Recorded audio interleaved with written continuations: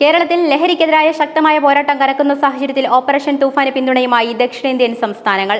കേരളത്തോടൊപ്പം ചേർന്ന് തമിഴ്നാട്, കർണാടക, ആന്ധ്ര, തെലങ്കാന, പുതുച്ചേരി എന്നീ സംസ്ഥാനങ്ങളും ലഹരി എന്ന മാരകവ്യാധിയെ ഒന്നിച്ചു നേരിടും. ആഭ്യന്തരമന്ത്രി രമേശ് ചെന്നിത്തലയുടെ അധ്യക്ഷതയിൽ പോലീസ് ആസ്ഥാനത്ത് ചേർന്ന യോഗത്തിലെടുത്ത ഇത്തരമൊരു തീരുമാനത്തിന് കേന്ദ്ര ഏജൻസികളുടെ വലിയ പിന്തുണ കൂടിയുണ്ട്. ലഹരി മാഫിയയ്ക്കെതിരായ നടപടികളിലും വിവര കൈമാറ്റത്തിലും കേന്ദ്ര ഏജൻസികളുടെ സഹായമുണ്ടാകുമെന്നും കേരളത്തിലേക്കുള്ള ലഹരി വസ്തുക്കളുടെ ഒഴുക്ക് പൂർണ്ണമായി തടയുകയാണ് ലക്ഷ്യമെന്നും രമേശ് ചെന്നിത്തല പറഞ്ഞു. കേരളത്തിലേക്ക് അടക്കം കടത്താനുള്ള മാരക ലഹരി വസ്തുവായ MDMA ഉൽപ്പാദിപ്പിക്കുന്നത് കർണാടകയിലുള്ളതായും ഇതിനെതിരെ ശക്തമായ നടപടി സ്വീകരിക്കുമെന്നും കർണാടക മുഖ്യമന്ത്രി DK ശിവകുമാർ ചെന്നിത്തലയെ അറിയിച്ചിട്ടുണ്ട്. ഒപ്പം കേരളത്തിലേക്ക് ഏറ്റവും അധികം ലഹരി വസ്തുക്കൾ എത്തുന്നത് ആന്ധ്രയിൽ നിന്നുമാണെന്ന് കണ്ടെത്തിയിട്ടുണ്ട്. മറ്റ് സംസ്ഥാനങ്ങളിലെ മുഖ്യമന്ത്രിമാരെ വരും ദിവസങ്ങളിൽ ആഭ്യന്തരമന്ത്രി നേരിട്ട് കാണും. മാത്രവുമല്ല, പിന്തുണ നേടി മുഖ്യമന്ത്രി VD സതീശൻ ദക്ഷിണേന്ത്യൻ സംസ്ഥാനങ്ങളിലെ മുഖ്യമന്ത്രിമാർക്കും കത്തയച്ചിരുന്നു. ഒരു മാസം മുമ്പ് ആരംഭിച്ച തൂഫാൻ ദി നാർക്കോ ഹണ്ട് ഓപ്പറേഷൻ സംസ്ഥാനത്ത് വലിയ ചർച്ചയായിരുന്നു. ഒരു മാസം നീണ്ട ലഹരിവേട്ടയുടെ കണക്കുകൾ തന്നെ ഈ പ്രശ്നത്തിന്റെ ഗൗരവം വ്യക്തമാക്കുന്നതാണ്. 70 കോടിയിലധികം രൂപയുടെ ലഹരി ഉൽപ്പന്നങ്ങൾ പിടിച്ചെടുത്തു. 5000-ലധികം കേസുകൾ രജിസ്റ്റർ ചെയ്തു. 300 കിലോയിലധികം കഞ്ചാവും പോലീസ് പിടിച്ചെടുത്തു.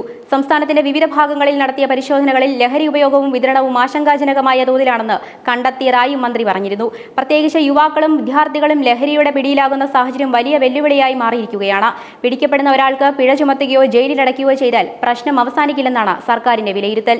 ആ വ്യക്തിക്ക് ലഹരി എത്തിച്ചതാരാണ്, എത്ര കാലമായി ലഹരി ഉപയോഗിക്കുന്നു, എത്രത്തോളം ചികിത്സ ആവശ്യമാണ് തുടങ്ങിയ കാര്യങ്ങൾ വിശദമായി പരിശോധിച്ച ശേഷമാകും തുടർ നടപടികൾ. ശിക്ഷയ്ക്കൊപ്പം ചികിത്സയും പുനരധിവാസവും ഒരുമിച്ച് നടപ്പാക്കുമ്പോഴേ ലഹരിക്കെതിരായ പോരാട്ടം വിജയിക്കുമെന്നാണ് ആഭ്യന്തരമന്ത്രിയുടെ നിലപാട്.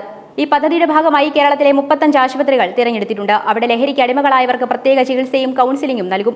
അങ്കമാലിയിലെ ലിറ്റിൽ ഫ്ലവർ ആശുപത്രിയിൽ ഇതിനുള്ള ചികിത്സ ഇതിനകം ആരംഭിച്ചിട്ടുണ്ട്. കേരളത്തിന് പുറത്തുനിന്ന് ലഹരി എത്തിക്കുന്ന വൻ സംഘങ്ങൾക്കെതിരെയും സർക്കാർ കടുത്ത നടപടിയിലേക്ക് കടക്കുകയാണ്. സംസ്ഥാന അതിർത്തികളിൽ പരിശോധന ശക്തമാക്കിയിട്ടുണ്ട്. ലഹരി കടത്തിന്റെ പ്രധാന കണ്ണികളെ കണ്ടെത്തി നിയമത്തിന് മുന്നിലെത്തിക്കുകയാണ് അടുത്ത ലക്ഷ്യമെന്ന് മന്ത്രി വ്യക്തമാക്കിയിരുന്നു. സംസ്ഥാനത്തേക്ക് ലഹരി എത്തിക്കുന്ന ശൃംഖല പൂർണ്ണമായും തകർക്കാൻ വിവിധ ഏജൻസികളുടെ സംയുക്ത പ്രവർത്തനവും ശക്തമാക്കും. അതേസമയം ഡ്യൂട്ടിക്കിടെ പോലീസുകാർ മദ്യപിച്ച സംഭവങ്ങളെക്കുറിച്ചുള്ള ചോദ്യത്തിനും മന്ത്രി മറുപടി നൽകിയിരുന്നു. അത്തരം സംഭവങ്ങൾ ഒരു കാരണവശാലും അംഗീകരിക്കില്ലെന്നും നിയമം നടപ്പിലാക്കുന്നവർ തന്നെ നിയമലംഘനം നടത്തിയാൽ അവർക്കെതിരെ കർശന നടപടിയുണ്ടാകുമെന്നും അദ്ദേഹം വ്യക്തമാക്കി. നിലവിൽ ദക്ഷിണേന്ത്യൻ സംസ്ഥാനങ്ങളുടെ പിന്തുണയും കേന്ദ്ര ഏജൻസികളുടെ പിന്തുണയും കൂടി ചേരുമ്പോൾ ദൗത്യം വിജയകരമാകുമെന്നാണ് വിലയിരുത്തൽ.